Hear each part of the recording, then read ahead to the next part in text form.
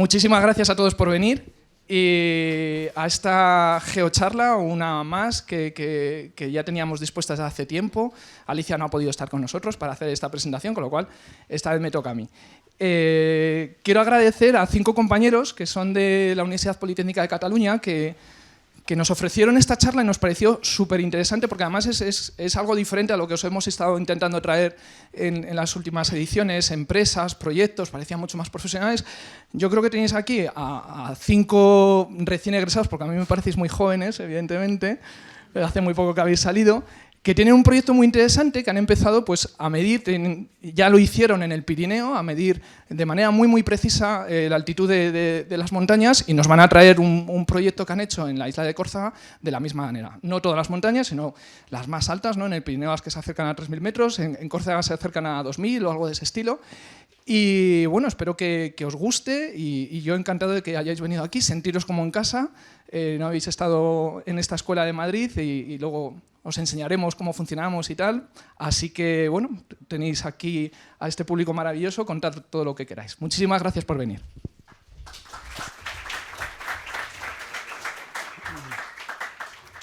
Bueno, primero de todo, disculpad la demora, hemos tenido problemas con el tren.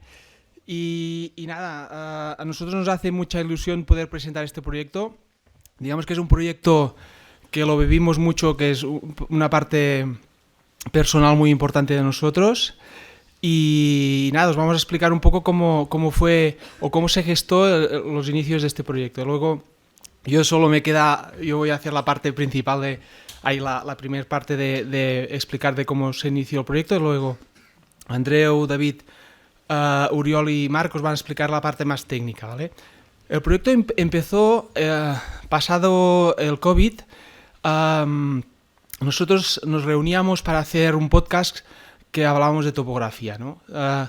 Tenemos diferentes especialidades, cada uno de nosotros nos dedicamos a diferentes tipos de trabajar la topografía, por decirlo de una forma, y nos reuníamos y nos explicábamos más o menos lo que hacíamos durante la semana cada uno de nosotros, ¿no? Y compartíamos nuestras experiencias y a través de esto pues nos enriquecía un poco, ¿no?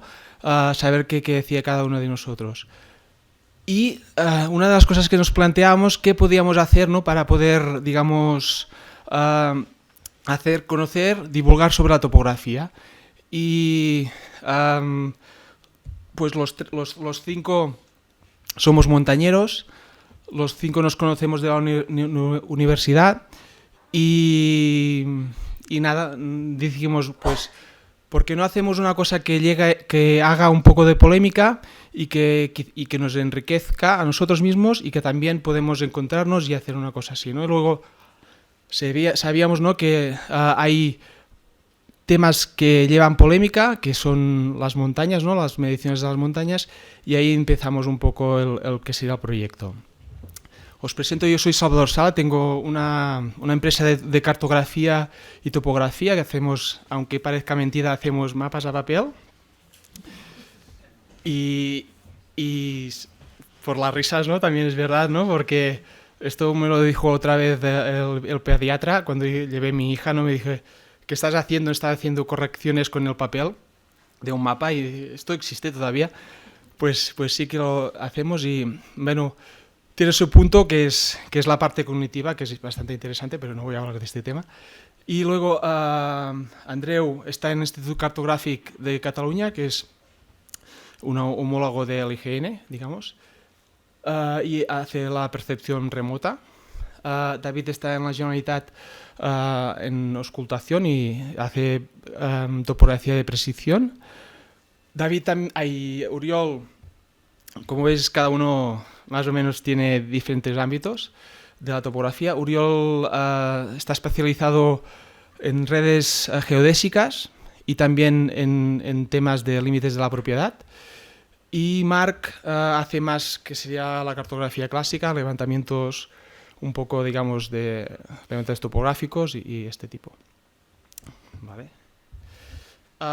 Pues nada, el proyecto se basa únicamente en resolver, digamos, las ambigüedades que pueden llevar, ¿no? las cimas de las montañas.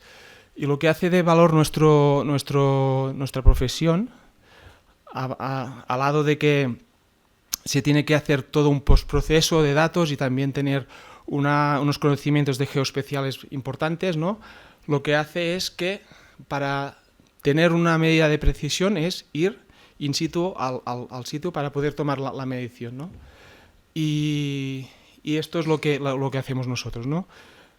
Hacemos unos preprocesos, digamos, pero al final tenemos que ir a medir, a hacer la toma de datos en la montaña. Y aquí un poco es la trayectoria que nosotros hemos hecho desde que empezamos hasta el día de hoy, más o menos, que es, empezamos como unas pruebas, por decirlo de una forma.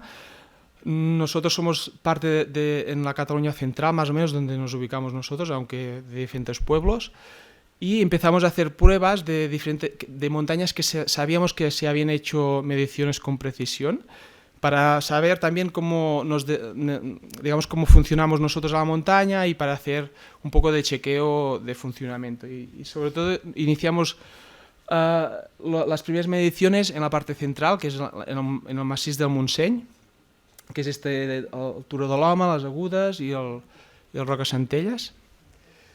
Y algunas mediciones en el Pirineo. No sé si conocéis también una montaña muy típica que hay, que es el Pedraforca, que hace como una enforcadura. También la fuimos a medir. Y ya una vez ya sabíamos más o menos cómo funcionábamos para la toma de datos y que sabíamos que teníamos nuestras tolerancias y nuestras mediciones, nos fuimos a buscar ya lo que decía al principio de todo, ¿no? Que pudiera llevar polémica. O sea, la lista esta que hay de los 3000, pues ir a buscar cimas que pudieran estar alrededor de los 3000 metros. Esto, aunque parezca una tontería, pues es importante, ¿no? Porque hay una lista cerrada. Para nosotros, como montañeros, nos da un poco igual si hace 2999 o hace 3010. Pero sí que la importancia de esta medición caía, ¿no? Para determinar estas cimas si son superiores o inferiores a 3000 metros. Y como veis, los triángulos rojos son las que nosotros fuimos a comprobar, ¿no? Que todos están alrededor a los 3000 metros. Por ejemplo, la Tuca de Salenques, pues 2994. Buscábamos a ver si podía llegar a un 3000 para catalogarlo. Punta Paset, pues 2998,48. Tampoco, ¿no? Y hicimos de todas estas mediciones que hicimos, pues encontramos dos, que uno lo encontramos el 2022, que fue el Pico Arnales. Y aquí nos damos cuenta que lo que estábamos haciendo tenía interés, porque los medios de comunicación nos llamaron para saber qué pasaba que hubiera una nueva cima de 3000 metros, ¿no? Y bueno, si entráis en nuestra web, luego veréis, pues nos hicieron entrevistas y llevó mucho, y esto nos permitió hacer lo que nosotros realmente teníamos de inicio, ¿no? Que era nuestro objetivo, que se hablara de topografía, ¿vale? Y este fue el primero que encontramos, que de 3000. Y hace 2 años el de Pico de Guías Inferior, que no salía en ninguna lista, y nosotros lo detectamos también con el líder. Y al mismo tiempo también sacamos de la lista uno que estaba catalogado como 3000 metros, que es el Claravides Occidental, que estaba catalogado, y lo sacamos no por altitud, sino por la prominencia, que luego lo hablaremos un poco. Sí que nosotros vamos a medir, directamente lo que decía, ¿no? El valor que tiene nuestro trabajo es ir in situ a tomar los datos, pero siempre para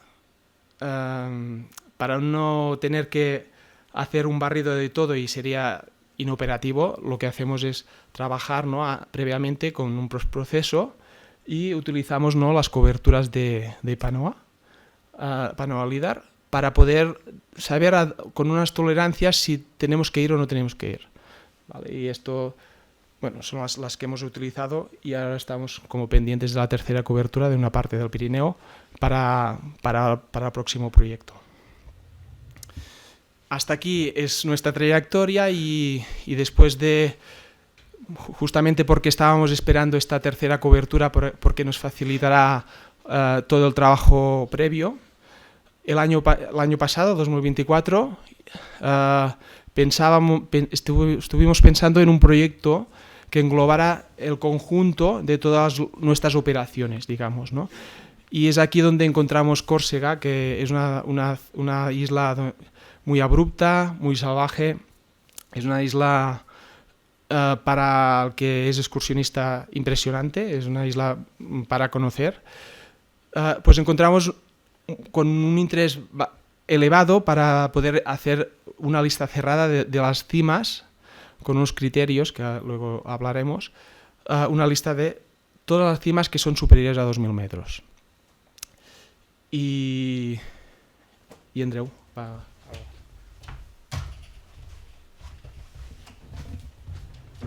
Hola, buenas. Yo pasaré a hablar sobre este proyecto que hemos creado, esta lista que os hablaba Salva. Pero antes de crear nada nuevo, lo primero es informarse de lo que existe. Y la gran pregunta que nos hicimos al principio del proyecto es: antes de empezar este proyecto, ¿existía una lista tradicional, alguna lista de los 2000 de la isla de Córcega? Pues la respuesta es que sí, había una lista y entonces nos planteamos, ¿por qué hemos creado nosotros una nueva? Pues para entenderlo, para ver, como para justificar el hecho de haber considerado tener que hacer una nueva lista, basta simplemente con explicar cómo se hizo esa lista tradicional, que ahora os queremos hablar. Esta lista tradicional es, perdonad, que no sé si va desapareciendo de vez en cuando. Esta lista tradicional es el primer cajetín que aparece, que es de un autor que se llama Gaudier. Alain Gaudier es un francés, un corso, y es del grupo de los Girandoloni. Él ha creado esta primera lista tradicional y nos hemos comunicado con él, hemos intercambiado correos y nos explicó cómo generó él y su grupo de Girandoloni, cómo crearon esta lista. Se basaron en como se explicaba, Gaudier y su grupo crearon esta lista de alrededor de 120 cimas, que es lo que se le llama la lista tradicional. A partir de ahora nos referiremos a esta. Pues nos dijo su autor que se basaron en las guías de la época, que eran las de Michel Fabricant, y los mapas del IGN francés a escala 1:25.000. Esto quiere decir que son criterios que no son topográficos, son lo que él nos decía que eran criterios históricos y más desde el punto de vista de montañero, y quizá había cimas que realmente tienen un motivo de ser que no es estrictamente topográfico. Pues él nos especificó los criterios, son el hecho de que tenga un topónimo, ya sea en una guía o sobre todo en los mapas del IGN, y el hecho de que en ese mismo mapa aparezca una etiqueta con la altitud que sea igual o superior o igual a 2.000 metros, según los mapas existentes y en ese caso las guías. Pero cogiéndonos a estos mismos criterios que especificó él y su grupo, ya nos encontramos, él ya reconoció que había un par de excepciones. Una es esta que veis aquí, del Capo di Girandoloni, que quizás si recordáis de la diapositiva anterior, veis que es el nombre casualmente de su equipo. ¿Qué quiere decir? Que para que entrara en sus criterios y incluir una cima como el Capo di Girandoloni, que es aquel que veis ahí marcado, que tiene mucha entidad, pero como no tenía nombre, le pusieron el nombre de su grupo y entonces pasó a respetar los criterios que habían ellos mismos establecido. Y hay otra excepción, no hemos mostrado aquí, pero es otro caso, el de las columnas de Amarcha, que al revés. Las columnas de Amarcha tienen un topónimo en el mapa del IGN, tienen una altitud por encima de 2.000 metros, pero no lo habían incluido. ya nos dijeron eso, nos dijo que aceptaban que había un par de excepciones de esta lista de 120. Pues esto tiene unas consecuencias. El hecho de esta lista tradicional que se basa en criterios más históricos que no tan topográficos, una de las consecuencias es el hecho de que los mapas a escala 1.25.000 del IGN francés en esta zona de montaña, su intención es el hecho de guiar a los excursionistas a llegar a las cimas, etc. Como cualquier mapa a esa escala, no intenta dar una cota precisa de las cimas, o al menos no es al excursionista le da igual si se va 10 metros arriba o abajo la cima, porque va a llegar igual. Pero el hecho de crear una lista que pueda estar cerca de 2.000 metros, algunos podrían saltar, podrían pasar a pertenecer o no, como el caso que os he explicado antes, salva los dos casos de los nuevos 3.000, pues aquí en Córcega lo mismo. Y veis esta tabla de diferencias que hemos comparado los mapas de la... Cuando aquí hablo de IGN me refiero al IGN francés, en toda la presentación. La cota que aparece en el mapa y evidentemente la cota que han cogido en la lista tradicional, que la han copiado directamente de la cartografía, comparado con la fuente más precisa que disponemos ahora mismo, que es el LIDAR de la cobertura LIDAR que han hecho los franceses, también muy reciente. Comparando vemos diferencias de hasta, en el peor de los casos, hasta 50 metros. Un cierto sesgo de esos 2 metros que veis ahí abajo para esas 120 cimas. Estos estadísticos no son para esto, hemos mostrado los que tienen un error absoluto más grande. Un RMS de casi 9 metros. Hay que cogerla con pinzas, pero es la idea de una lista tradicional y los mapas del IGN no es ser precisos. Pero aquí es donde entramos nosotros. Queremos analizar cuál es la precisión que tienen. Y esto es es lo mismo, la misma tabla que habéis visto antes, pero ya no recortada. Veis todos los errores de la cartografía del IGN francés respecto a el LIDAR que ellos mismos han publicado recientemente, y veis ordenados por discrepancia en valor absoluto. Veis aquí claramente el sesgo, que unas pocas sí que se van por encima, pero casi todas las altitudes que dan en los mapas se infraestiman. Y ya veis eso, diferencias de más de 5 metros y más de casi un 14% de esas 120 cimas que hemos hablado antes. Otra consecuencia es el hecho de que los mapas, la lista tradicional se ha extraído de estos mapas a escala 1.25.000 y por tanto la escala ya está imponiendo implícitamente un aislamiento entre las cimas que puede haber. Aquí creo que tenéis, por ejemplo, un ejemplo de aquí es la Cabeza de Hierro, me parece que se llama, en Guadarrama, que son como 2 cimas, y si cogéis un mapa a escala 1.000.000, solo puede representar una de las cimas. Por lo tanto, aquí la escala de la cartografía está imponiendo una restricción que hace que a veces tenga los errores de la cota que aparece en el mapa, el mapa topográfico, sean por el hecho de que o no cabía la etiqueta donde tocaba, o se ha tenido que escoger una de las dos cimas, como ha dicho Salva, el Pedraforca nuestro, también lo mismo, son 2 cimas que no caben las dos a una cierta escala y entonces se escoge una, y en este caso han cogido... la lista tradicional ha ido a apuntar a la 2247, que es un hombro de la cima más alta, que son casi 40 metros más alta. Simplemente en el mapa o no cabía, o por el motivo que sea no sale la etiqueta, y entonces la lista tradicional tiene por eso tiene ese error.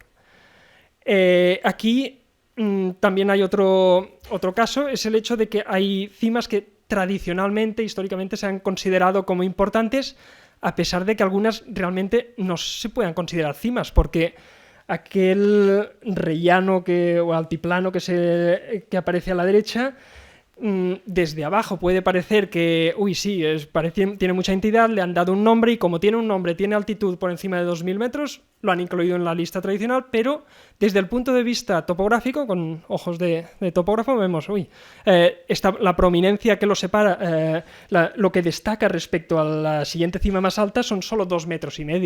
Es bastante dudoso, es decir, si entra esto, cualquier roca de 2 metros quizá también debería entrar. Y si os fijáis allá en el mapa del IGN francés, veis que no tiene ni siquiera una curva de nivel que recoja, que englobe ese punto de cota. Y a la inversa, hemos encontrado casos que hemos visto una cima, como estas dos figuras, que destacan casi 100 metros en un caso, 90 metros y 70 metros respecto a su entorno. Después Uriol os explicará mejor este concepto de prominencia, que si no lo conocéis. Destacan mucho y en cambio, como no aparece, no sé si veis allá, el 2084 no aparece ningún topónimo y por tanto, por muy prominente que sea, no se ha incluido en la lista de Gaudier. Y finalmente nosotros hemos decidido, no nos conformamos con esta lista tradicional porque, como ingenieros en topografía decimos, nosotros tenemos mucha geoinformación disponible y el IGN francés tiene una iniciativa similar a la que hay del IGN español, que han iniciado muy recientemente estas coberturas de LIDAR que... Aquí en el IGN de aquí es el PNOA LIDAR, pues allá le llaman el LIDAR HD, de alta definición, que es un LIDAR de cobertura de toda... Están haciendo toda Francia, van en ello, han hecho lo que es el Pirineo, pero también han hecho toda Córcega, y eso nos interesaba. Es un LIDAR de 10 puntos metro cuadrado, que es una de las fuentes principales que hemos usado para generar nosotros una lista desde cero. Es decir, hemos dicho, no vamos a partir de ninguna lista tradicional, vamos a crearla gracias a la geoinformación que tenemos. Y os explicamos cuatro fuentes de información que nos han parecido, son las principales que hemos usado. La primera, los mapas que ya os hemos hablado, los mapas del IGN francés a escala 25.000, son muy detallados. La cuestión es, nosotros simplemente los hemos usado para completar información en cuanto a topónimos de toda la información de topónimos de una lista que nosotros generaremos de manera totalmente basada en datos. Simplemente para asociar información y después para ir al campo, en caso de ser necesario, necesitamos los mapas tradicionales en papel. También hemos utilizado de manera auxiliar las curvas de nivel. Publican también el IGN francés unas curvas de nivel que son las mismas de los topográfico 25.000, pero la ventaja es que son vectoriales y puedes hacer ciertas operaciones de geoprocesamiento para, por ejemplo, detectar cimas. Una cima es una curva de nivel que no tiene ninguna otra dentro, por ejemplo, sería una definición. Y se pueden hacer operaciones y detectar prominencias de esta manera semiautomática como para descartar problemas en casos dudosos, pero solo como información auxiliar. Esta es la primera fuente de información importante que hemos usado para crear la lista. Los modelos de correlación fotogramétrica es una malla regular al final, con un paso de malla bastante denso, es medio metro de paso de malla, y han publicado a partir de vuelos fotogramétricos este modelo de correlación, que evidentemente es un modelo de correlación de lo que ves desde el aire, es decir, un modelo de superficies. Es decir, tienes la parte superior de los árboles y en caso de que haya edificios, árboles, lo que sea, es un modelo de superficies. ¿Qué ventaja tenemos en Córcega? Pues que es una isla que está en medio del Mediterráneo y sopla está muy sometida al viento y a partir de 2.000 metros no hay vegetación, a diferencia de aquí del Pirineo, que en Pirineos a 2.000 metros aún encuentras mucho pino negro, pero allá no. Allá podemos considerar que es equivalente. Un modelo de superficies y un modelo del terreno son prácticamente equivalentes y podemos asumir que es suficiente para hacer una primera detección, que después veremos que contrastaremos con el LIDAR. Pero tiene una serie de problemas. A pesar del paso de malla, sí, es un paso de malla de medio metro, muy denso, pero tiene una serie de inconvenientes que hemos detectado. No sabemos el motivo, pero sí que hemos visto que entre diferentes hojas, son hojas creo que de 1 kilómetro por 1 kilómetro, y haciendo una sección así aquí arriba a la derecha, veis una sección de norte-sur, del cambio entre hojas, y se ve un escalón justo en el cambio de hojas de casi unos 100 metros. Desde allá no lo veréis, pero creedme, son unos 90 y pico metros de salto entre una hoja y otra. Eso tiene toda la pinta de que no han aplicado una orla, un buffer entre bloques a la hora de crear el modelo, sino, nos hemos encontrado 2 o 3 casos como este. Con lo que quiere decir que hay que ir atento y no podemos confiar solo en una fuente de información. Y además otra cosa que hemos encontrado es artefactos de este estilo. Podrían ser, no sé si nubes, es decir, problemas de correlación debido a la presencia de nubes en las imágenes, o ya no hemos investigado porque teniendo la otra fuente de información ya tenemos algo con lo que comparar. Pues esto es lo que podemos ver una primera vista de la diferencia entre modelos de correlación. Esto sería un perfil de una determinada montaña, que veis aquí la verdad terreno de cómo es. Veis que tiene lo que allá le llamamos, en casa le llamamos una furadada, que es un agujero en la pared, que muy probablemente coincide con la especie de brecha que se ha generado en el modelo de correlación fotogramétrica, porque al final el modelo de correlación fotogramétrica no es un modelo realmente 3D, es lo que le llaman 2,5D, ¿no? Es una malla al final, y por cada punto del terreno solo tienes una cota, y parecería así, sin saberlo, parecería como si hubiera cogido la cota del agujero en lugar de la cima. En cambio, vemos como el LIDAR sí que da una cota, da el relieve tal como se ve en la misma foto. Y aquí hemos aprovechado un programario que nos cedieron, un programa de Applitop, el TCP Point Cloud Editor, con el que podíamos hacer visualizaciones de la nube de puntos, sobre todo en caso de dudas, para determinar, para resolver ambigüedades que teníamos. Y aquí lo mismo, veis la diferencia entre la nube de puntos y la correspondencia con la verdad terreno, que sería en este caso la foto, y veis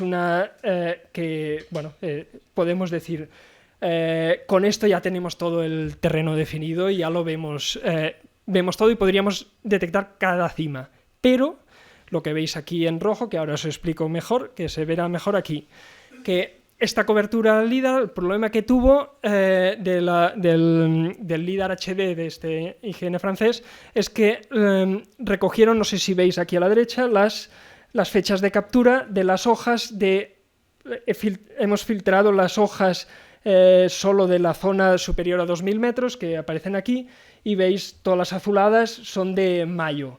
¿Qué problema hay? Que había nieve durante la captura, no hicieron una captura simultánea con imagen, entonces no se puede ver la imagen de cómo era el terreno, pero queda clarísimo, sobre todo viendo la textura.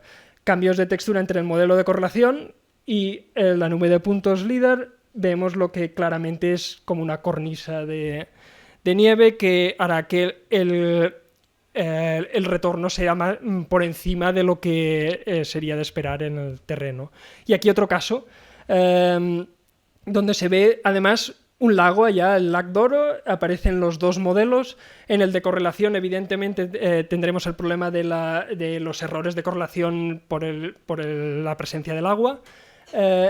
Pero lo que es interesante es ver que como una cobertura de, en teoría, un LIDAR, que no es un LIDAR batimétrico, es un LIDAR que no debería tener retornos en el agua, esto nos está confirmando que realmente estaba tapado, ese lago estaba tapado, y por eso no hay un agujero en los datos de este lago. Y esto, volviendo otra vez a utilizar el TCP Point Cloud Editor de Applitop, hemos hecho una combinación de las dos, hemos creado dos superficies, una a partir de los modelos de correlación fotonométrica, que lo hemos pintado en este caso en marrón, y el LIDAR lo hemos pintado en blanco, y vemos cuando está uno por encima del otro. Esto nos permite ver en qué momentos queda uno por encima del otro. Y solo visualmente, quizá ayudado un poco por los colores, se ve que esto claramente es una cobertura de nieve, lo que había en el caso del LIDAR. Lo que queda hay zonas donde no, donde el modelo de correlación queda por encima, entonces claramente ahí no hay nieve. Y bueno, aquí hemos hecho algún análisis estadístico de estas diferencias comparando los modelos de correlación con el LIDAR. Vemos, bueno, sesgos, aparte de los sesgos clarísimos, vemos un poco cuál es la distribución, y la diferencia en cuanto a si separamos cimas y collados. Esto es un análisis automático de todos los puntos, es decir, no se ha hecho pormenorizado por cada cima, pero ya vemos como hay un sesgo de medio metro por debajo de los modelos de correlación respecto al LIDAR en el caso de las cimas, y en cambio en la de los collados es al revés, con lo que esto es un problema de cara a determinar la prominencia de las cimas, porque es esta medida relativa de cima y collado, con lo que al hacer una resta donde uno está sesgado positivo y el otro negativo, tienes también evidentemente un sesgo todavía mayor. Con lo que no hemos podido basarnos solo en una, hemos tenido que utilizar dos. Sobre todo dos, aquí hemos incluido una tercera. Aquí queremos acabar esta primera sección con un esquema del flujo que hemos utilizado, así muy a grandes rasgos. Partiendo de arriba, veis los datos originales del IGN francés, que sobre todo son los modelos de correlación y el LIDAR de alta densidad.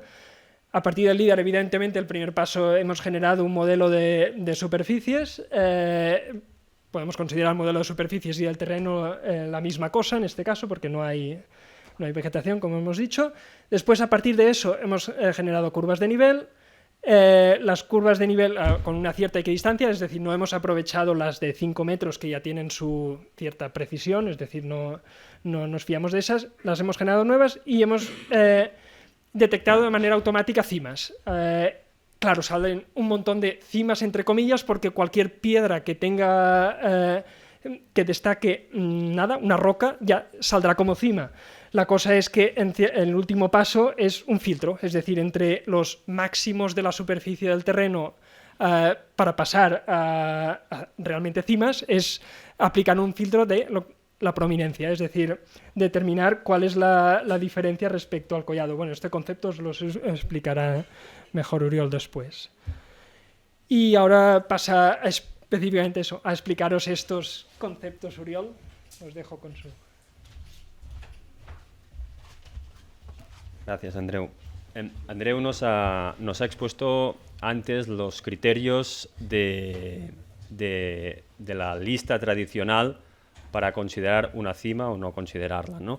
Vamos a explicar ahora cuáles son los fundamentos, los 3 criterios, ¿vale?, que Sostrometrías utiliza, se fundamenta para trabajar esta lista de 2000, ¿no? Ya entraremos después con más concreción, ¿vale? Pero básicamente, bueno, son estos 3, la altitud, la prominencia, una palabra que vais a escuchar durante toda la charla, y el aislamiento. Yo ahora me miraba vuestro cartel de aquí, y nosotros estamos acostumbrados, hacemos alguna universidad, pero en centros excursionistas también, institutos, ¿no? Y pensaba, quizás hay unas pantallas que te puedes saltar aquí, ¿no? Me pregunto, ¿vosotros sois algunos de primer curso, de segundo? ¿Primer curso hay alguien?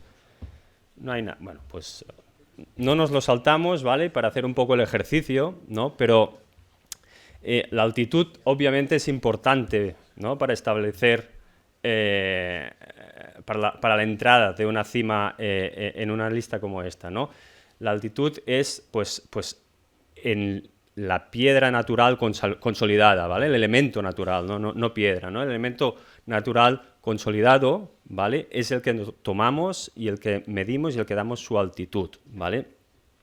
Aquí hay que entrar el concepto, ¿no? A nivel de elemento de referencia, de sistemas de referencia, ¿no? Estas cosas que vosotros tenéis en el día a día, ¿no? Es un concepto que nos gusta un poco explicar. Bueno, vamos a ver cómo vemos la Tierra, ¿no? Primero, si nos salimos al espacio, por ejemplo, miramos la Tierra, ¿qué es lo que vemos? Una figura geométrica muy clara, plana, plana, no vayáis muy rápido, ¿no? Pero lo primero ¿qué figura veis? Así, venga, va. Sí, lo estás dibujando, una circunferencia, ¿no? Desde lo primero que nos viene a la cabeza es la circunferencia, ¿no? Pero después, entrando más con detalle, ¿no? Vemos, ¿no? Que los polos, ¿qué les pasa a los polos? La palabra mágica, ¿no? Están acachados, ¿no? Achatados. Bueno, si vais aquí el tema del bilingüismo, pues... pero bueno, después, cuando entran aquí físicos, matemáticos, geodestas, nos entran otro concepto, ¿no? O sea, esto del elipsoide de revolución nos vale como figura geométrica perfecta, ¿no? Que la podemos representar con una función, hablábamos antes con Andreu, pero nos entran con otro concepto. Y vosotros, por ejemplo, sin decir el nombre aún, ¿no? Que lo veis aquí todo el rato, pero ¿qué figura, a qué os recuerda y os han dicho seguramente alguna vez en alguna clase qué es, ¿no? ¿Qué tiene forma la Tierra realmente? A una patata, ¿no? La Tierra realmente es una patata, ¿no? Que es el geoide, ¿vale? Es el geoide, ¿vale? Que por definición, ¿no? Pues es esta superficie equipotencial, ¿no? del campo magnético, ¿no? Mirábamos también, el IGN español tiene una documentación muy interesante a nivel de conceptos para podernos explicar, ¿no? Y explicaba esto del geoide, ¿no? Como es la forma natural, y discutíamos, ¿no? A mí me gusta, excluyendo la topografía, ¿no? O sea, realmente es la forma natural, ¿no? Excluyendo la topografía, ¿vale? Esto todo a vosotros nos viene de nuevo, ¿no? Pero para que veáis un poco lo que os explicaban en Salva al principio, ¿no? De que cuando vamos afuera, pues explicar el geoide no es tan fácil, ¿no? Y tenemos que hacer un poco estas pantallas antes. ¿Cuál es el umbral, ¿no? El umbral, ¿no? ¿Por qué realizamos la lista de 2000? Tenemos que marcar un umbral, ¿vale? El punto culminante, ¿vale? de la isla, como veis, es 2707, ¿vale? Hay un número importante de cimas candidatas y el 2000, ¿no? Como aquí en los Pirineos se habla de los 3000, pues en la isla de Córcega tiene todo el sentido de ponerlo en 2000. A nivel de altitud, ¿vale? El sistema de referencia vertical, vamos a hacer un poco la semejanza con lo que tenemos aquí, ¿no? Tenemos por un lado el elipsoide, ¿vale? Que es el RFG, el RAC, que sería el geoide que aplicamos, ¿vale? Y el NGF sería el marco de referencia, lo que sería aquí la red NAP, ¿de acuerdo? Es importante saber que la isla de Córcega tiene un geoide adaptado, ¿vale? No es el mismo geoide que el continente de Francia, sino que tienen un geoide adaptado con distintas campañas. También, no sé si os puede sorprender o no, pero los topógrafos, al menos aquí, nos sorprende mucho esta precisión que tienen los franceses a nivel de geoide. O sea, cuando ves las precisiones que dan en planimetría, ¿no? En sus reseñas, y ves las precisiones que dan del geoide, ¿no? Cuando aquí sabemos los problemas, al menos en Cataluña, ¿no? del geoide, ¿no? Y no deja de ser el mismo geoide adaptado que el vuestro, es importantísima ¿no? de admirar esta precisión que tienen los franceses. Y tiene una razón, es con campañas y campañas de nivelación, ¿no? La nivelación es laboriosa, es muy cara, ¿no? Y no es fácil de calcular, ¿no? Pero los franceses realmente esto lo tienen claro, y si tienen esta precisión de geoide es que tienen un marco, ¿no? un marco físico de este sistema vertical muy trabajado. Ya llegamos a la prominencia, ¿no? Que es un elemento salimos un poco de la geodesia y nos vamos más al mundo de la montaña, ¿no? Vamos a hacerlo rápido, ¿vale? La prominencia, para entenderlo rápido, si estáis en una cima de una montaña, si, como decía antes, pues yo veo a 4 metros pues un elemento natural, una piedra enclavada natural, y que la tengo pues como a esta mesa, ¿esto es otra cima? Yo estoy en la cima, pero ¿esto de aquí será otra cima? No será una cima, ¿no? El sentido común ya nos dice, no es cima, ¿no? Pues aquí ya introducimos el concepto de prominencia. La prominencia es la altura, ¿vale? Que tenemos que, para decirlo de alguna manera, que tenemos que bajar, ¿no? Mínima, la altura mínima que tenemos que bajar, por ejemplo, a un collado, antes de subir a una cima igual o superior, ¿vale? Y aquí establecemos nosotros los 30 metros. Por lo tanto, si para considerar, tenemos 2 cimas, ¿no? Y estoy en la cima baja, ¿no? Para considerar esta cima, esta posible cima como cima, cuando voy al collado, yo tendré que bajar como mínimo, con este criterio concreto establecido, 30 metros para poder establecer la más baja, ¿eh? La alta obviamente ya es cima, ¿no? Pero la más baja tendremos que bajar 30 metros. En el caso del Pirineo está establecido por listas tradicionales en 10 metros, los 3000, ¿de acuerdo? Después vamos a explicar rápido en una tabla por qué este valor de 30 metros. El aislamiento, vale, pues vosotros que sois geómetras, futuros geómetras, aplicar la lógica. El aislamiento es en altimetría lo que la prominencia es el aislamiento es en planimetría lo que la prominencia es en altimetría, ¿vale? O sea, cuánto lejos en horizontal tengo que recorrer para una montaña igual o superior, ¿vale? Aquí hay un ejemplo muy visual, ¿no? Es este mismo. Aquí tenemos una prominencia de 51 metros, ¿vale? Para el Sphinx que vemos abajo a la izquierda de la imagen, pero a nivel de aislamiento no cumpliría estos 300 metros que nosotros tenemos establecidos, y como dice aquí, pues lo que habitamos, pues esto es estas resaltes prominentes, ¿no? Pues también es otro criterio a tener en cuenta. ¿Cómo hemos definido estos 3 criterios? ¿Vale? No sé si veis los valores, seguramente no, ¿vale? Porque a mí ya me cuesta verlos de cerca, los veo aquí, pero nosotros y vosotros como futuros ingenieros os tocará tomar decisiones. Y habrá decisiones que serán fáciles, productivas, serán fáciles de tomar, y otras que serán más complicadas, ¿no? Tendréis que dar más vueltas, etcétera, etcétera.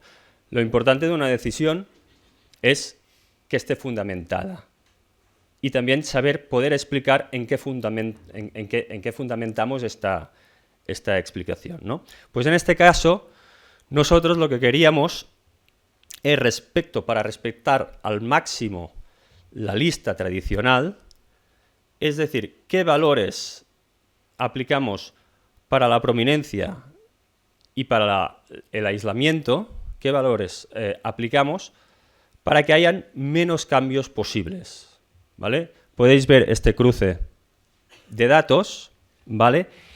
Y no sé si llegáis a ver aquí ponen 53, ¿vale? Pues con este cruce, el número de cimas que cambiábamos, ¿no? Que descartábamos, ¿no? Que podíamos añadir o sacar de las listas tradicionales menor, era aplicando un aislamiento de 300 y una prominencia de 30. No sé si queda claro esto, ¿vale? Pero nos tocaba tomar una decisión y la fundamentamos en esto que os he explicado, ¿vale? El trabajo previo, ¿vale? Aquí constantemente os hablamos del trabajo previo. Obviamente hay lo que es la medida en campo, pero hay mucho trabajo previo, ¿vale?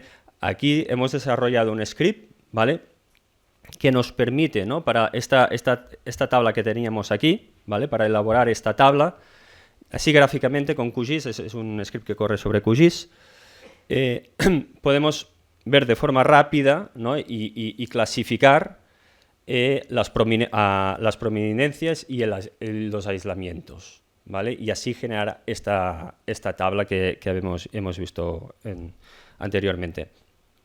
Y también, por ejemplo, a nivel de esta herramienta que os comentaba del Point Cloud Editor, Andreu, con posterioridad, pues para la prominencia, ¿no?, si tenemos dos collados, ¿no?, pues si hacemos una clasificación por altura, ¿vale?, de la nube de puntos, pues rápidamente podemos ver, por ejemplo, decir cuál es el collado más alto, ¿vale? Esto es una aplicación de esta herramienta. Vale, pues ahora sigue Marc con tema de campañas.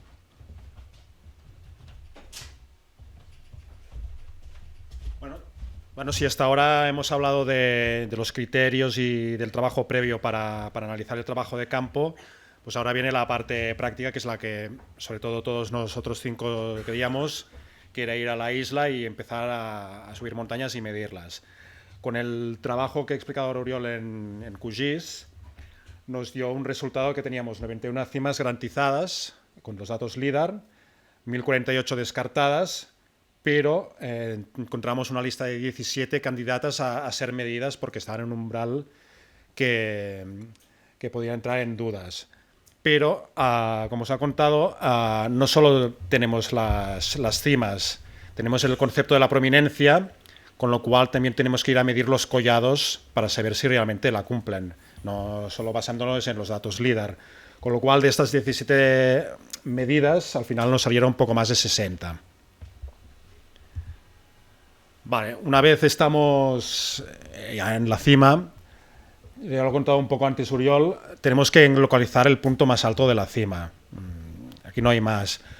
Un punto más alto de la cima no es un hito, un elemento aportado por el hombre, ni una piedra suelta, tiene que ser una roca fija en el terreno que no se pueda mover. Luego, la comprobación. Cuando estás en la cima, pues puedes encontrarte más de una roca de altura pareja que digas, ostras, ¿cuál es? En las primeras campañas que nosotros hacíamos de pruebas, íbamos con un nivel óptico. Subíamos con el trípode, el nivel, la mira. Somos 5, pero bueno, ya supongo que todos sabéis un poco que el material de topografía pues pesa un poco. Y con el tiempo pues fuimos un poco mejorando, lo que os lo contaremos. Y al final pues toca medir la cima. La tecnología aplicada pues es el posicionamiento por satélite. Entonces, bueno, lo que os contábamos con el triaje, una vez estamos en la cima, pues esta foto es un claro ejemplo. Tenéis aquí un mogollón de piedras que recogen esta cruz de madera así un poco precaria, pero que están todas sueltas. En muchos casos hemos tenido que apartar rocas para buscar cuál es el punto fijo y luego volverlas a poner, porque esta montaña, supongo que estáis acostumbrados los que hacéis montañismo, pues que esto de poner montañitas de piedras es muy, muy bonito.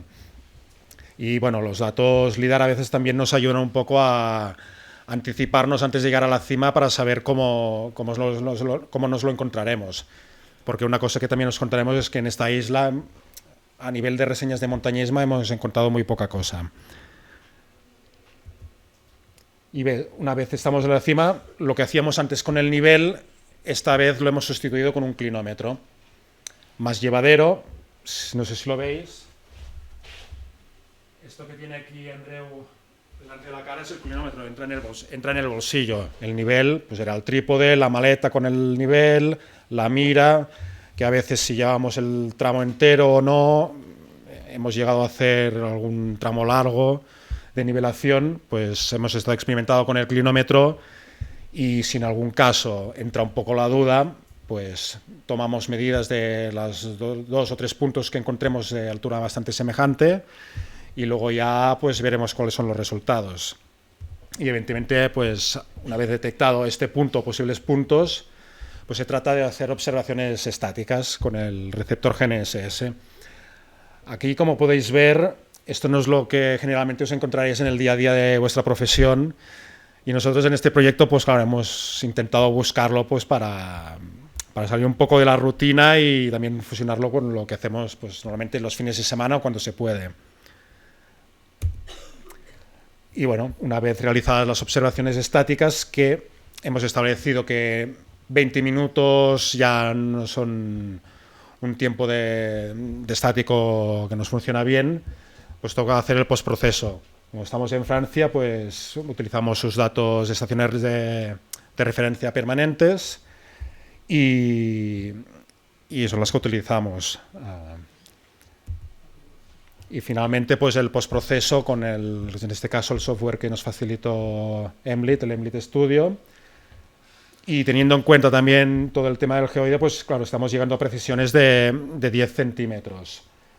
Que esto ya nos empieza a dar unos resultados más óptimos para poder establecer qué cimas, en base a su preeminencia también, pueden entrar en la lista de los 2000. Esto quizá lo estamos explicando muy rápido, pero cuando terminemos es la parte más interesante, que es la de dudas y comentarios, que estamos completamente abiertos y es lo que nos gusta más. Y nada, al final, después de hacer el postproceso, llegamos a unas conclusiones y es que con los datos LIDAR, cada vez que van a mejor, hemos hecho un trabajo previo que nos ha facilitado mucho las tareas de campo, porque quizás aún estaríamos midiendo cimas que estaríamos entrando en dudas si solo miráramos la cartografía. Y claro, el umbral de error, pues estamos hablando en cimas entre el LIDAR y las mediciones GNSS de medio metro y en los collados un poco más, porque la tecnología GNSS, pues ya sabemos que tenemos, según qué collados, oclusiones de la bóveda celeste. Pero aún así, que vamos con receptores multiconstelación, pues a veces estos valores se disparan un poco más. Y nada, al final, después del trabajo de postproceso, pues David os va a contar el resultado final. Sí, ya es la última parte, ya os dejamos marchar. Es la parte más agradecida porque al final es presentar el trabajo, el resultado. Es la lista de sostremetrías, pero no hubiera sido posible sin los patrocinadores, evidentemente. Son EMLIT, Mendilur, Aplitop y Montañá. Y aunque es importante mencionarlos porque nos han dejado todo el equipo, software de última generación, pero también los que son autónomos del grupo han ido más tranquilos, porque salir a campo con nuestros equipos y que se llevaran un golpe, pues era un problema para el lunes no poder salir a trabajar. Entonces, en este sentido, el patrocinio ha sido muy, muy importante y no solo a nivel de última generación, sino de tranquilidad a la hora de trabajar. Entonces, el resultado de la lista son 99 cimas. Como veis, son números todos, ¿no? Hablábamos de prominencia, 30, 300 de aislamiento. Han salido 99. Es un número que no lo buscábamos, pero que nos gusta mucho porque son 99. Os animamos a ir a la isla a buscar el 100. Están divididos en estos 4 macizos que hay en la isla. Y un poco de 4 detalles sobre la lista. Encontraréis 14 cimas añadidas que no aparecen en ninguna lista tradicional. Los nombres, como veis, casi todos tienen un asterisco porque en la cartografía existente no le hemos encontrado nombre. Y entonces hemos buscado algún elemento geográfico cercano para ponerle nombre. Pero es un nombre provisional que nos ha servido para trabajar. Que si vais allí y seguro que habláis con la gente del pueblo, seguramente exista el nombre. Pero para trabajar no será cómodo. Y el único que no le hemos dado nombre, que es el que no tiene asterisco, se llama Aguja París-Chamonix.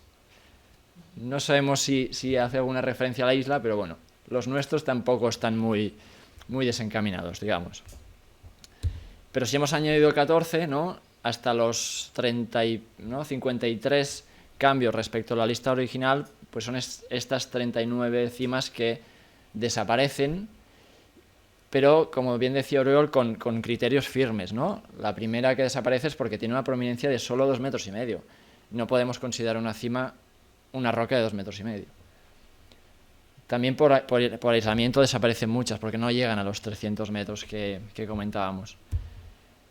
Y nada más. Y esta es la lista completa, que como son 99, nos han cabido justos en una hoja. Y lo que os decía, os animamos a ir a la isla, es increíble. Si os gusta el alpinismo, es increíble. Todo el mundo va a hacer el GR20. El GR20 está muy marcado, cruza la isla en diagonal. A la que das 2 pasos fuera del GR20 no hay nada, la isla es virgen. Nos ha costado mucho llegar a algunas cimas porque no hay cartografía existente, pero íbamos con la tranquilidad de decir, bueno, es una isla, tampoco nos saldremos mucho. Pero es increíble, os animamos a ir. Y ya está, no me alargo más, o sea que muchas gracias por venir a todos, nos ha encantado, hemos llegado un poco tarde, demasiado. Ahora hablaremos todo lo que queráis porque es la parte que más nos gusta, que es las dudas y preguntas que tengáis. Así que nada más, es vuestro turno.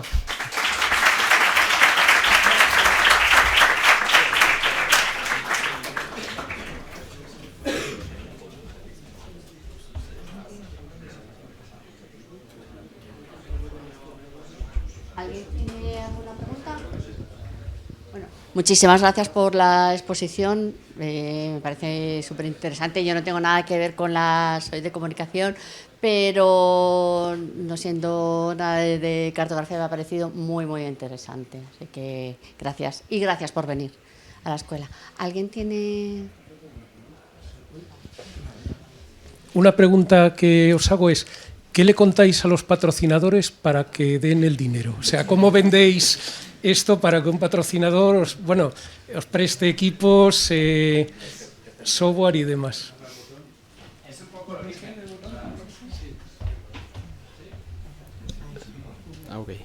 A ver, es complicado porque, bueno, los primeros patrocinadores somos nosotros mismos porque sacamos tiempo de nuestro trabajo y de las familias y también esto. No, a ver, sí que hay un cierto interés, sobre todo, ¿no? Es pequeño, pero es en el mundo profesional de la topografía. Y en este proyecto lo que nosotros sobre todo hemos dado visibilidad, o mucha visibilidad, a una marca nueva que no se conocía. Y digamos que ellos estaban muy contentos de que pudiéramos hacer este trabajo, de poder dar visibilidad a esta marca y con el rigor y profesionalidad que estamos haciendo el trabajo, pues le diera pues digamos esta imagen de profesionalidad y de buen funcionamiento. Y luego también hay una parte que es la parte también un poco altruista de que creen en un proyecto que además nos lo hacemos muy nuestro porque estamos creyendo en lo que estamos haciendo y que hacemos una aportación, digamos, ya de inicio, ¿no?, a la sociedad, por decirlo de una forma. Y esta parte también, los patrocinadores y las empresas también tienen esta sensibilidad.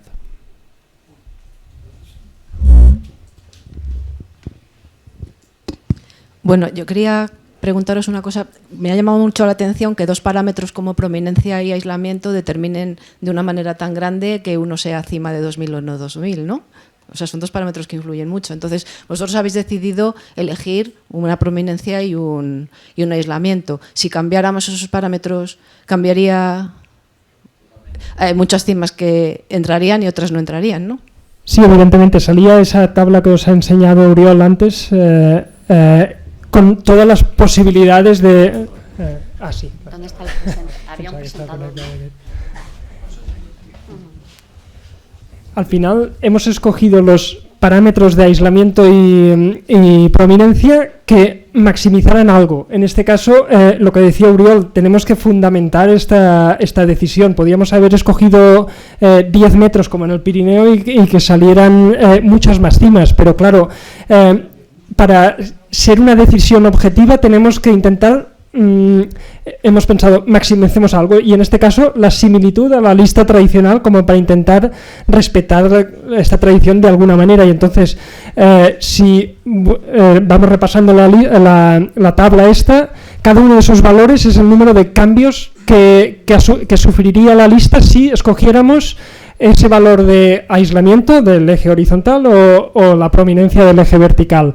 Evidentemente, si arriba del todo a la izquierda, esos 940 cambios quiere decir que si no aplicamos ni isolamiento ni prominencia, saldrían casi 1000 puntos máximos, 1000 cimas saldrían.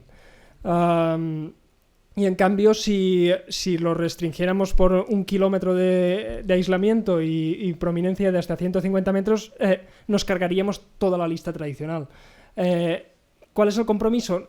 Tuvimos esta duda, decíamos, ¿cómo lo seleccionamos? Pues vamos a maximizar un valor. Y es la manera más objetiva que hemos encontrado. El origen un poco de esto es, la primera lista que se habla es la de los 4000 de los Alpes, y ellos establecieron prominencia de 30, porque históricamente es la longitud de una cordada de escalada clásica. En el Pirineo se adaptó y se decidió que fueran 10. Nosotros hemos ido un poco más allá y hemos introducido el concepto de aislamiento, porque esto no es una regla de 3, te tienes que basar en la orografía del terreno. Entonces, poniendo una prominencia de 30, entraban muchas cimas que no tenían sentido, y era un poco ese perfil este perfil. Este cumple perfectamente la prominencia, tiene 51 metros, pero si le ves el perfil, no podemos considerar una montaña. Entonces, por eso introdujimos el aislamiento. Y no nos lo hemos inventado nosotros, esto es creo que en una diapositiva sale. Es un concepto que estos 3 criterios los utiliza Google también. Pero abren el debate, porque 10 metros en el Pirineo realmente es poco. Es que justo también, eso lo pensaba yo, que puede ser muy determinante. Y también hay una cosa importante, que es que la orografía de la isla es muy diferente a lo que es a los Alpes, al Pirineo o cualquier otro sitio. Nosotros, sí, es una isla con muchas agujas, muy abrupta.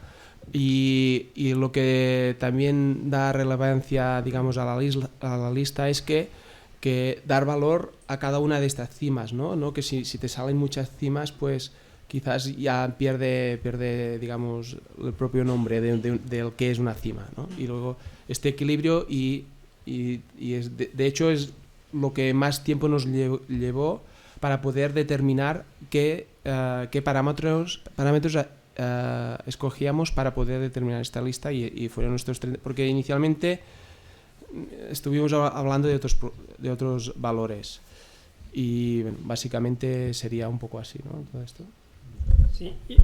Quería añadir que además ahora es un tema candente, que quizá habéis oído una noticia de Nepal que quería incluir 14 cimas más de 8000 metros, y le consultaron a la Unión Internacional de Asociaciones de Alpinismo a ver qué opinión encontraban, y entonces cuál era su opinión, y estuvieron debatiendo mucho, y al final optaron por respetar la lista tradicional de los 14 por intereses alpinísticos. Es decir, reconocían que prácticamente en todo el mundo, en todas las cordilleras, se utiliza básicamente la prominencia. El aislamiento no es tan habitual, pero la prominencia casi siempre es el criterio, como aquí en los Pirineos.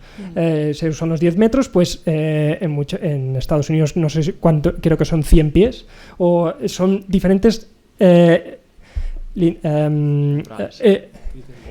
umbrales de prominencia. Pero es eso, un tema bastante candente, el hecho de decidir qué es una cima y qué no. Claro. ¿Y el IGN francés no se ha mostrado interesado en incorporar algún cambio en la cartografía?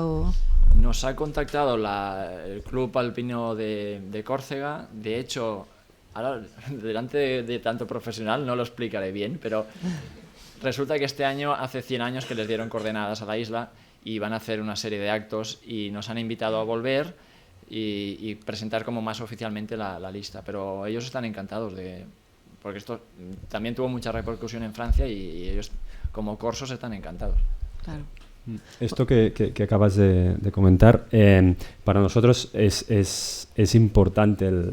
Es un trabajo que realizamos con horas, ¿vale? Con un apoyo obviamente de los patrocinadores, es una vocación. Podéis imaginaros que tanto los que son trabajadores públicos como los que somos autónomos, pues para nosotros es importante el reconocimiento oficial, ¿vale? Es un hecho. Y quizás aquí, ¿no? O sea, dedicamos mucho trabajo a nivel técnico, ¿vale? Y a nivel de la divulgación viene sola, ¿no? Fuera las charlas y todo esto, ¿no? Pero a nivel de prensa, pues cuando sabemos que tocamos Pirineo, sabemos que salimos, ¿vale?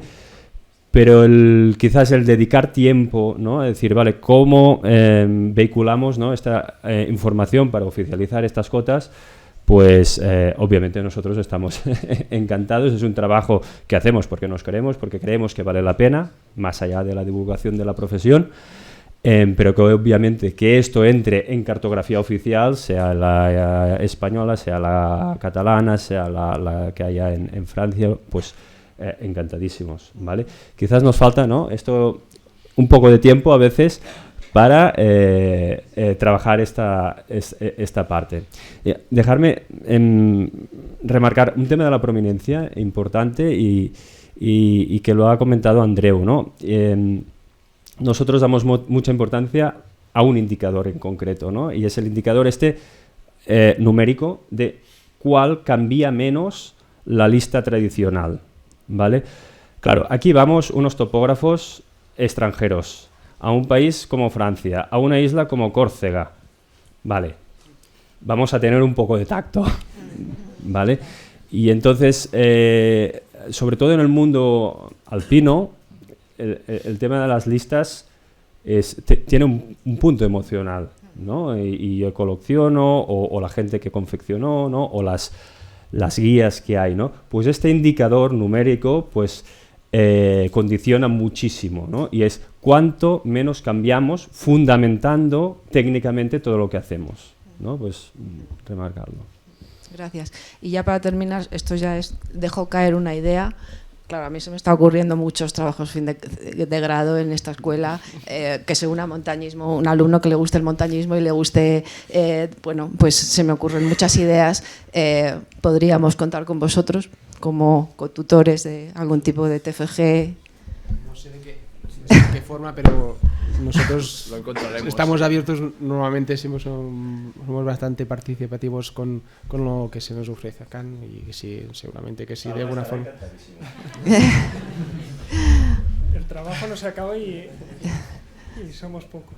No, también mucha gente pues se nos ofrece, ¿no? Para venirnos a ayudar a medir las montañas, ¿no? Y nosotros les damos, vienen o a portear o bueno, sí, que de una forma u otra seguramente que también técnica. Sí. Es que es un proyecto que hace 5 años estábamos midiendo una montaña tranquilamente con nuestros equipos y bajando empezamos a hacer volar la imaginación. Y ahora estamos aquí en Madrid explicando el proyecto con patrocinadores, venimos de Córcega, o sea, es algo que nos ha superado. El primer 3000 que encontramos salió publicado en La Vanguardia, ese día fue una locura. O sea, entrevistas en todos los medios, no teníamos ni nombre, ¿no? Y era como, ¿cómo os llamamos? Hostia, pues no lo sé, espera que llamo. Fue una locura y ahora nos comentas esto, pues estamos abiertos a todo, o sea que... Bueno, ya imagino que los siguientes serán los Alpes y Nepal, ¿no? En pues... ese... Bueno, gracias. Yo creo que no me van a echar bronca porque ya lo explicamos en Bilbao y no... Ah, hay alguna pregunta, ¿eh? Ah, pues... Sí. No, preguntar. Lo dejamos. Hola, por ¿qué tal? opcional.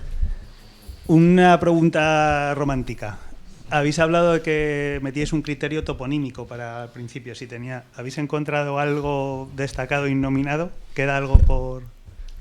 Bueno, sí, de las últimas quizás las puedo enseñar. Bueno, o aquí en el Pirineo, el inferior de Gías, existe como 3000 el Gías y fue... Pero sin nombre. Y además no tenía nombre. Gías tenía nombre, pero sí, el que encontramos al lado no tenía. Y mide 3000,59 y una prominencia de 13 metros, quiero recordar.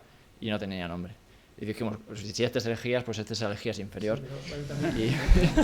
Y no nos complicamos. Pero ahora te estropeo el romanticismo, ¿no? Pero... No, pero esto... No, pero... A ver... No, a ver, también nosotros como no sabíamos, también hicimos extensión digamos, agujero de nombre. Le lo preguntamos también si había en su caso. pero básicamente también se puede decir oriental-occidental, ¿no? Porque esto pasa, ¿no? En Claravides oriental y occidental, y es como se denominan, digamos, las montañas de su alrededor.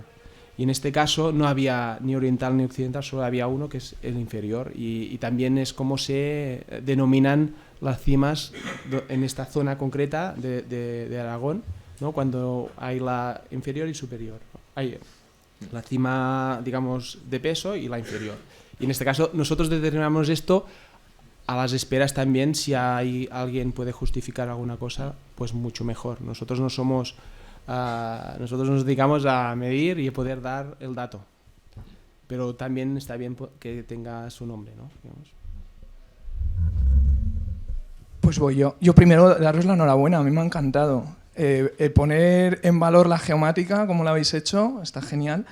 Y además el proceso que habéis seguido técnico también está muy bien. Toda la comprobación que habéis tenido de cartografía, con LIDAR, con la correlación fotométrica, etcétera, o sea, muy, muy serio. Os pongo en duda, y esto también así abrir un poco el melón, porque vosotros aquí dais altitudes a nivel centímetro, precisión centimétrica. Que claro, está bien, pues que os basáis vosotros en vuestras mediciones del GPS, que son cotas elipsoidales, que para pasarlas a cotas ortométricas necesitáis la ondulación del geoide. Y la precisión de la ondulación del geoide, porque os habéis creído lo de los... O sea, os habéis creído, no, nos creemos lo de los franceses, que son súper potentes, lo del 2% ese que habéis puesto, precisiones brutales, no, de 2 centímetros precisión de su geoide. Pero claro, lo comprobáis, es decir, donde mayores errores existen en la ondulación del geoide es donde hay movimientos de masa. Es decir, en costa y en montañas. Entonces, ¿qué comprobación tenemos de que la ondulación del geoide en esta zona tan rocosa como puede ser Córcega o el Pirineo, dónde está la precisión? Porque entonces el centímetro está muy bien en cota elipsoidal, me lo creo, cota ortométrica a lo mejor me lo creo un poco menos. Esta misma pregunta nos la hizo Amparo en Barcelona el año pasado. Estamos ahí a la par, Amparo y yo. O sea.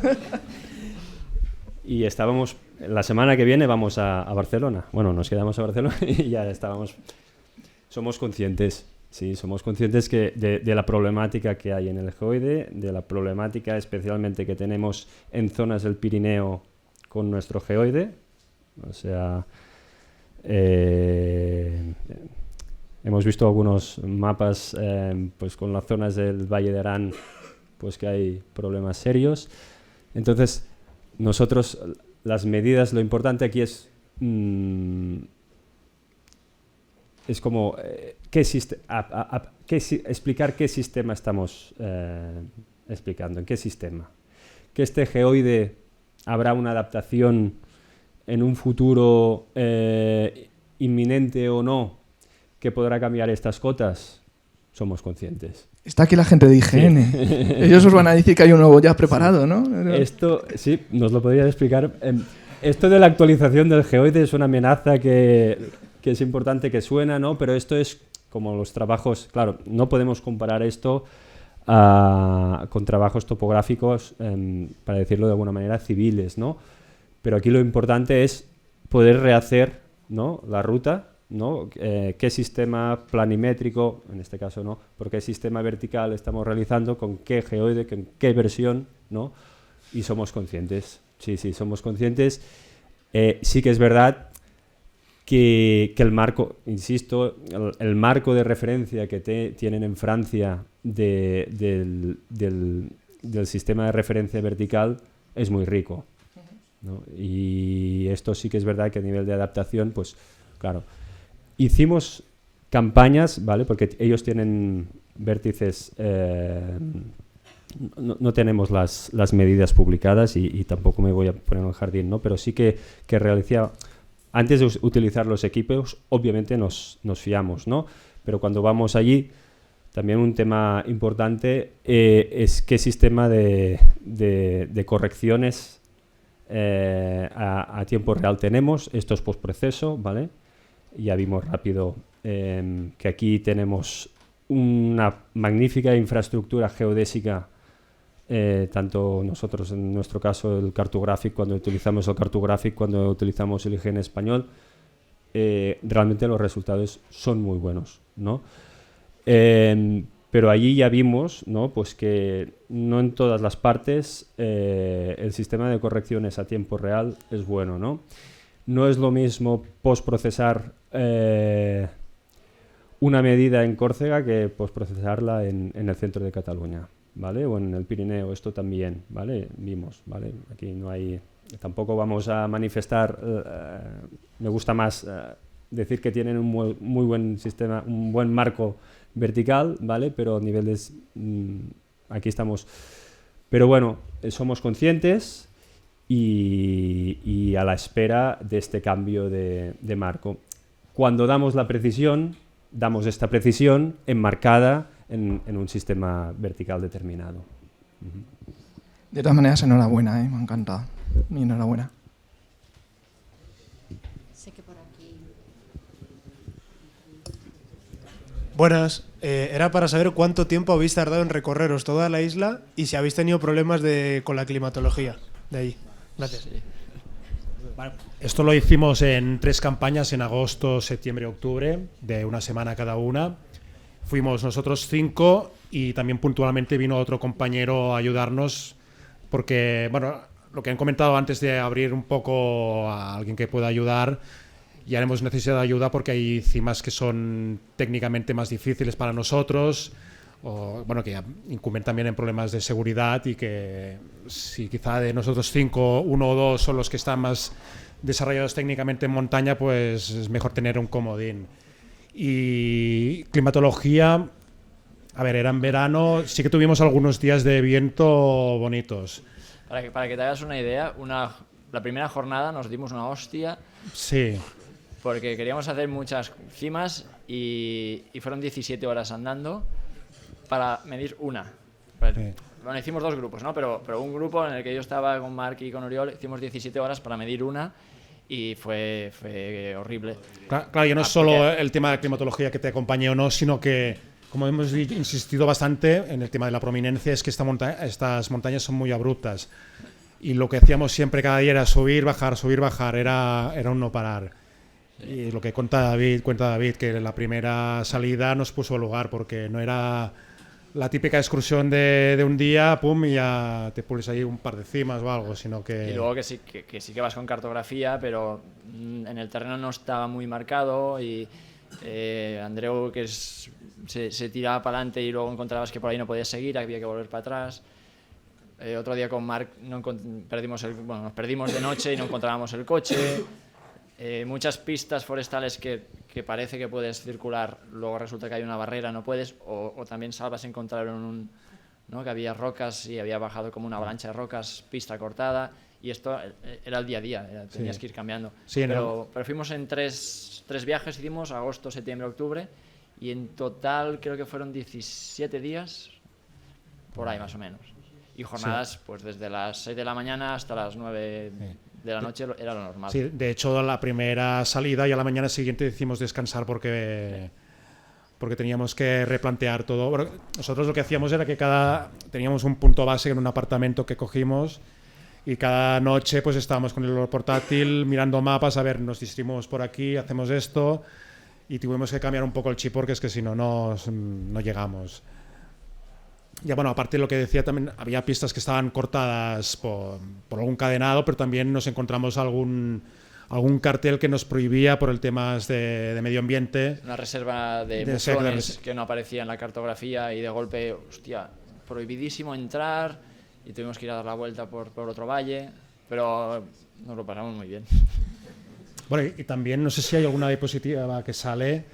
La isla no es muy grande, pero es muy montañosa. Y los recorridos ya solo en vehículo ya nos llevaban unas cuantas horas para llegar al punto de partida.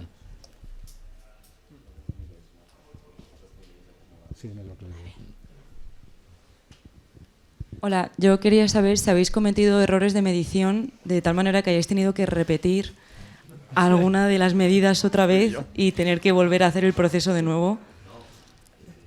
Sí, con Marc nos equivocamos un día en un collado. Porque hacía mucho viento, no se veía nada y pensábamos que habíamos llegado al collado que había que medir. Luego por la noche cuando lo revisamos, Andreu y Salva nos dijeron, no, ese ya lo teníamos medido. Y entonces tuvimos que volver, bueno, volvieron ellos porque no era ese, sino que era el de detrás. Porque a veces la prominencia no te la da el collado más próximo, sino que tienes que buscar el desnivel mínimo. Y aquí sí que en esta nos equivocamos. Pero bueno, se solucionó, teníamos margen. ¿Alguna vez? Es muy interesante lo que has preguntado porque esto es como en el mundo profesional. En función de la campaña, el sistema es muy importante, ¿vale? No es lo mismo hacer una campaña en el Pirineo concreta de ir a medir 3 cimas que ir a medir decenas y decenas de cimas y collados, ¿vale? Entonces, lo que es el sistema, ¿vale? A nivel de jalones, offsets, a nivel de cómo se apunta todo, ¿vale? Porque postprocesar todas estas medidas es un gran tema, ¿vale? Y entonces el sistema es importantísimo, sobre todo cuando la campaña es mayor, ¿no? Y cuando los equipos son distintos, ¿no? Pues aquí a nivel de sistema de pasarlo todo, ¿no? El Salva nos insiste muchas veces, él tiene una empresa un poco más grande que los otros y que esta parte es importantísima porque el error es una profesión que convivimos con él, ¿no? Pero tenemos que tener medidas, ¿no? Y bueno, sí, esto errores tipo de medir lo que no toca, pues en alguna cima volvimos 3 veces, ¿no? Sí. Y aquí un poco lo que os contábamos, que te encontrabas que por el camino que ibas no llegabas y que había que volver. Tenías aquí. Hola. Bueno, yo, como habéis comentado, venimos del Instituto Geográfico de aquí. Lo que pasa que, bueno, lo que quería yo comentar es más una reflexión, ¿vale? Más que una pregunta en sí. Nosotros venimos de la parte de cartografía. Me hubiese gustado que viniese alguien de geodesia. Para un poco esto que ha comentado del modelo de geoide, qué planes hay en ese sentido. Yo la verdad es que de ahí ando perdido. Pero bueno, también en cartografía, y más la cartografía que nosotros hacemos, el metro de exactitud va bien. O sea, no. Quizá con el modelo de geoide actual nos vale. Y de hecho la mayoría de las cotas altimétricas que tenemos encima vienen de una restitución fotogramétrica y se ha dado esa cota y con la retroangulación que tuviese ese vuelo, etc. O sea que a veces tenemos errores notables, ¿no? Y de hecho estamos muy interesados en que, oye, hay cimas que son importantes porque tienen una relevancia, deberíamos tener buenas cotas y ser constantes, ¿no? En eso a lo largo del tiempo. Y la otra reflexión es, ninguno soy geógrafos, ¿no? Todos venís del ámbito igual, y eso nos pasa también en el instituto, que la mayoría de las personas somos técnicos. En este caso yo creo que los 4 somos de geodesia y cartografía, ¿sí? Bueno, vosotros sois de esta escuela, yo soy de la de Jaén, pero somos... Y muchas veces echas en falta ese criterio adicional, a veces, ¿no? Porque o sea, te ves obligado a poner criterios objetivos, que está súper bien, ¿no? Pero no siempre. A veces hay una cima que no cumple criterios objetivos, pero que es importante en esa zona por relevancia histórica, por lo que sea, ¿no? Y eso... bueno, eso y el tema de la toponimia se mezcla ahí un poco, ¿no? Es una parte también muy interesante y bueno, pues eso, que es una... O sea, simplemente quería hacer esa reflexión, ¿no? De que no solo... Sí, gracias. Y aprovecho lo que dices porque nos hemos olvidado de un tema importante. Yo creo que era la tercera campaña. Sí. Tercera campaña tuvimos en la expedición a Miquel Soro, que es geógrafo, ¿vale? Es geógrafo que está en el Institut Cartogràfic y realmente es lo que dices, ¿no? Esta complementariedad de disciplinas, aparte de que es una persona que en la montaña pues técnicamente es ¿no? lo que preguntaba el compañero antes, ¿no? ¿Qué os habéis encontrado a nivel de climatología, ¿no? pues todos, pues esta complementariedad con él, bueno, es importantísima y la vemos, ¿no? Nosotros tenemos un perfil muy técnico, ¿no? Y entonces necesitamos criterios, ¿no? Establecer criterios y entonces trabajar, ¿no? Y trabajar bien. Pero, mira, aprovecho para... Y entonces, a nivel de higiene, colaboraciones, lo que queráis, ¿no? O sea, si tenemos facilidades, a nosotros lo que nos falta, como todo el mundo, ¿no? Es tiempo. Pero a nivel de, pues, encantados, ¿vale? Me imagino que lo dices sobre todo por el tema de la toponimia, ¿no? Que es un punto importante, sí. También, no, claro, sí a la hora de determinar los valores de cómo determinamos las cimas es este criterio que hemos explicado antes, ¿no? De tener en valor, ¿no? Digamos, criterios tradicionales propios de la zona.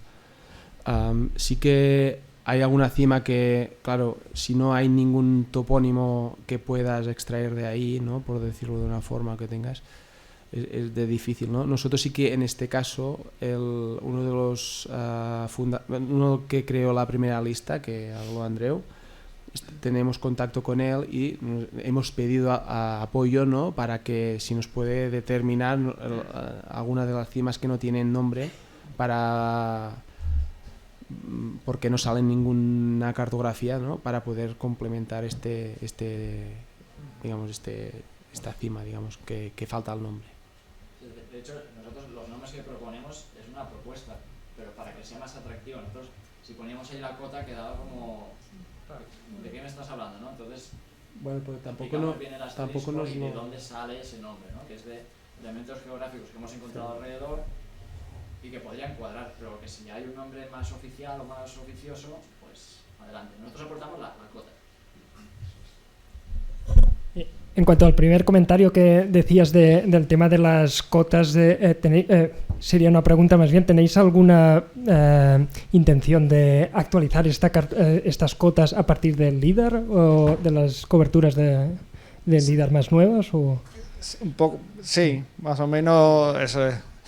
Sí que hemos hecho una clasificación en lo que son los PIC, eso se ha hecho bastante recientemente, ¿no? De clases, ¿no? Un primer orden de picos. También pensando siempre en que después sacar productos cartográficos generalizados, pues tú dices, bueno, pues a tales escalas pongo estas clases, las siguientes pongo estas otras, así. Y ¿por cuál vamos? Por las de tercer orden, ¿no? Más o menos. Y claro, el LIDAR sería una opción. Y yo creo que, o sea, la opción más barata es la relación coste económico y precisión que obtienes, sí, seguramente es la mejor. Sobre todo estaba pensando con las cimas que tienen bosque, porque las que no tienen bosque, vale, sí, por restitución perfecto, pero si tienes una cobertura de un hayedo, es que desde la restitución no sabrás la altura del árbol de ese bosque. Entonces el LIDAR, bueno, quizá es verdad que no penetre, ¿no? Pero en algunos casos puntuales, pero en general deberías tener una estimación mejor. Sí, algo más penetra, sí. Claro. Y después eso, tener cuidado con que a veces hay objetos construidos, muchas veces hay vértices y se ha asociado la cota y el vértice a lo mejor está elevado, ¿no? Y se ha asociado la cota de la montaña con la del vértice, y además que eso va quedando ahí un pozo de, no, pero si esto era tanto, y no, pero es que eso no es la cima. Bueno, ahí se generan cosillas. Eso pasa en el Desiderni del medio, que tiene dos cimas, ¿no? Y la gente se hace la foto en el que hay la montaña de piedras, pero realmente el más alto es el otro. Pero pasa eso, es la tradición, ¿no? Sí. Bueno, me ha gustado lo que habéis dicho, eso de tratar de conservar la lista clásica, porque al fin y al cabo viene de esos otros criterios, ¿no? Y nosotros igual nos apoyamos también en la cartografía clásica, porque, bueno, antes también se iba más a campo, había más... Eso que hoy en día tenemos mucha técnica muy buena, pero se ha perdido el ir a campo, que bueno, que es lo que vosotros estáis haciendo, pero en nuestro trabajo diario se ha perdido el ir a campo. Entonces, bueno, pues... A nivel de estrategia es importante nosotros también decidir cuándo es importante ir a campo y cuándo no es necesario, ¿no? El LIDAR en algunos casos puede ser muy claro, ¿no? Pero le comentaba ahora Andreu, en algunos collados, por ejemplo, que son muy cerrados, las sombras pues pueden, a la hora de calcular, de medir la prominencia, pues podemos ir un poco más. No solo es la cota, ¿no?, superior, si a nivel de si cumple el criterio de prominencia o no a partir del desnivel, ¿no?, entre este collado cerrado y la cima. Y si este collado pues es abrupto y pues la sombra del líder nos hace perder información, pues es un candidato a medir a campo. Gracias. Ya la última pregunta para César. Disculpad la salida que ha habido de profesores sobre todo y algunos estudiantes, porque es que hay junta de escuela a las 12:30, entonces tienen que estar. Hola, buenos días. Yo quería, bueno, de todos es conocido, pues debe ser conocido lo relativo que son los valores que estáis dando, ya sea por el sistema de referencia, el español, el francés o el europeo, que ya en eso solo hay 30 centímetros de diferencia. Pero la pregunta es muy concreta. Vosotros en Cataluña me imagino que utilizáis el modelo del ICC y no utilizáis el modelo de higiene. La pregunta es muy concreta. El modelo del ICC sabemos que es más preciso, pero ¿qué diferencias hay en las zonas lejanas a las líneas de nivelación entre los valores que proporciona la ondulación del modelo del ICC y del modelo de IGN?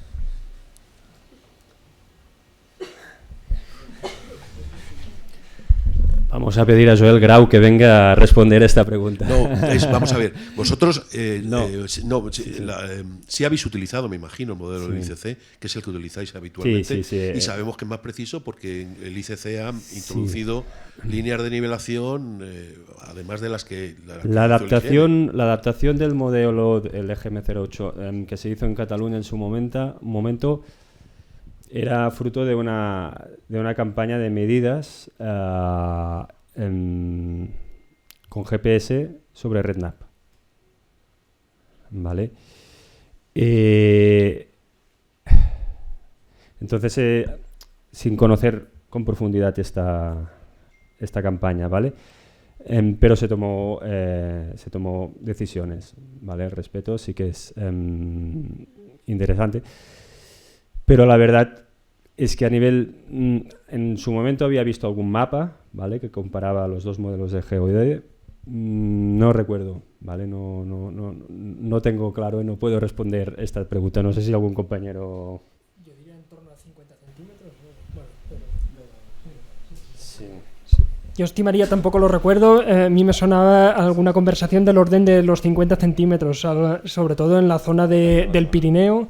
Allá teníamos errores, sobre todo cuando tratábamos con bloques de aerotriangulación, y encontrábamos problemas de ese estilo en la zona más donde la deflexión de la vertical era más, tenía un efecto incluso que desplazaba los puntos, es decir, del orden de medio metro. Es lo que yo tengo en la cabeza, pero... Sí, puede ser. Bueno, gracias.